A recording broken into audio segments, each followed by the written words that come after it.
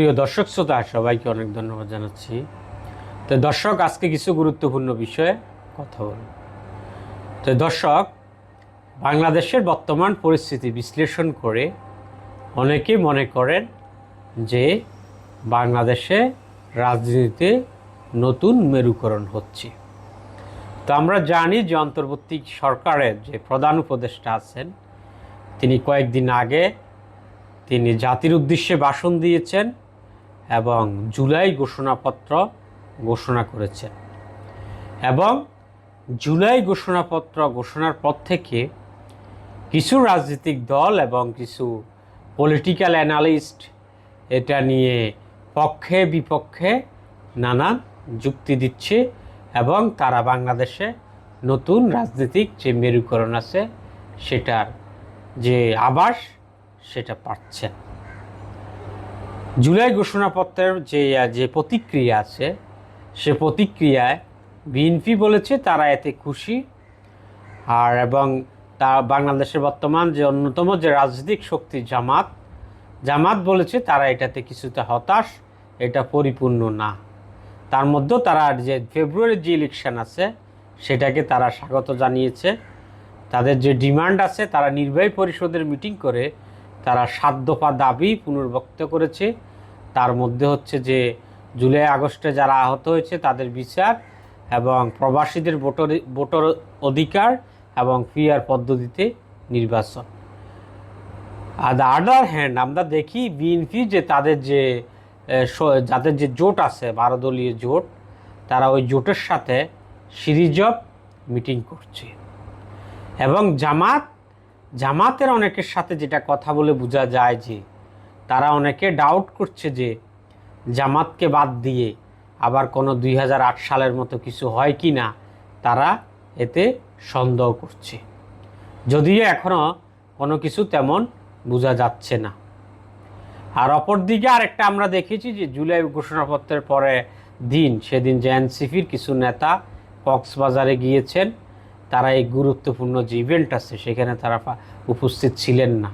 পরে তাদেরকেও তাদের দলের পক্ষ থেকে সেখানে না থাকার জন্য কারণ দর্শানোর নোটিশ দিয়েছে। তো দর্শক, যারা মোটামুটি রাজনীতি অ্যানালিস্ট করেন তারা অনেকে মনে করেন যে জামাত যেহেতু জুলাই ঘোষণাপত্রে একবার অসন্তুষ্ট হয়েছে, হয়তো জামাতের অনেক পরামর্শ এখানে উঠে আসে নাই। এখন রাজনীতির যে গতি প্রকৃতি এটা আসলে প্রতিনিয়তই পাল্টায়। ইলেকশন যত গণাবে রাজনীতিক মেরুকরণ ততই হবে। তো জামাত যেহেতু একটা পাবলিক পার্টি, তা আমি জামাতের একটা বিষয়ে হালকা একটু ক্রিটিসিজম করব। সেটা হচ্ছে যে জামাত অনেক দিন থেকে যে ইসলামপন্থীদেরকে তারা যে কাছে টানার জন্য তাদের সাথে যোগাযোগ শুরু করেছে, সর্বনাশ্য তাদেরকে, এবং তারা বলেছে যে আগামীতে যে ইসলামপন্থী আছে তাদের ব্যালট বাক্স হবে একটা। এজন্য অনেক যারা নিরপেক্ষ যে বিশ্লেষক আছে তারা মনে করছেন যে তাহলে তারা কি বিএনপিকে একদিকে ঠেলে দিচ্ছেন সমস্ত ইসলামপন্থীকে রেখে, এবং বিএনপিও চরমোনাই যে দরবার শরীফ আছে সেখানে গিয়েছে, কিন্তু চরমোনাই এখন পর্যন্ত বোঝা যাচ্ছে তারা জামাতের সাথে অ্যালায়েন্স করবে। অপরদিকে বিএনপির যে দায়িত্বপ্রাপ্ত যে নেতা আছে সালাউদ্দিন কাদের, তিনি হেফাজতে ইসলামের আমিরের সাথে দেখা করেছেন, এবং তার মধ্যে হেফাজতে ইসলামের আমির আবার জামাতের রাজনীতি নিয়েও ক্রিটিসিজম করেছেন, এবং এটা নিয়ে জামাতও একটু অসন্তুষ্ট।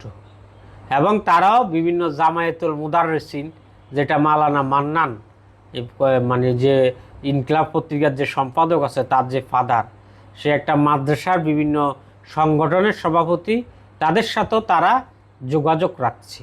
এবং অনেকে মনে করছে যে বিএনপি জামাতকে এনসিপি সহ অন্যান্য শরিকদেরকে কম্পাইল করে জামাতকে মাইনাস করে একদিকে আগাচ্ছে। এটাই নতুন মেরুকরণের অনেকে আভাস দিচ্ছে। এবং জামাতও হুঁশিয়ার করছে যে ইলেকশন যেহেতু একতরফা না হয় তাহলে তারা রাজপথে মোকাবেলা করবে। তবে তারা ইলেকশনের ডেটকে স্বাগত জানিয়েছে, এবং তারা বলেছে যে সামনে যে জুলাই সনদ আছে এটার তারা আইনগত ভিত্তি তারা চায়, এবং সুস্থ ইলেকশন চায়, এবং সুস্থ ইলেকশন ব্যাপারে তারা দৃঢ় প্রতিজ্ঞ। এবং তারা এখন সামনে দেখা যাবে যে জুলাই সনদ যদি বিএনপি তো বলছে যে তারা এগ্রি আছে, তারা পরে বাস্তবায়ন করবে, তারা সনদে স্বাক্ষর করবে, কিন্তু আইনগত ভিত্তির বিষয়ে তারা এখনও শক্ত করে কিছু বলে নাই। এখন কমিশন যদি জুলাই সনদের কোনো আইনগত ভিত্তি না দেয়, তাহলে জামাতের পজিশন কি হবে? তারা কি ইলেকশন বয়কট করবে নাকি আরও কোনো রাজনৈতিক নেগোসিয়েশন করবে? এটা আসলে সময় আরও যত গণাবে এটা আরও স্পষ্ট হবে। তবে জুলাই সনদের আইনগত ভিত্তি থাকা উচিত, একটা মিনিমাম সংস্কার। তাহলে অনেক সময় পলিটিক্যাল দলগুলি ক্ষমতায় যাওয়ার পরে অনেক কিছু ভুলে যায়। এখন জামাত এবং তার শরীরের যাদের স্ট্যান্ড আছে, তাদের আমির এখন অসুস্থ। আমরা জানি যে তাদের আমির সুস্থ হওয়ার পরে দেখা যাবে বা তারা আরও সময় গণনায় বোঝা যাবে যে জুলাই সনদের যদি আইনগত ভিত্তি না দেয় তাহলে সেটা নিয়ে তারা রাজপথে নামে কিনা। তারা হুমকি দিয়েছে, সেটার জন্য অপেক্ষা করতে হবে। এবং সময় যত গড়াবে ততই এই আরও রাজনৈতিক মেরুকরণের বিষয়গুলো আরও স্পষ্ট হবে।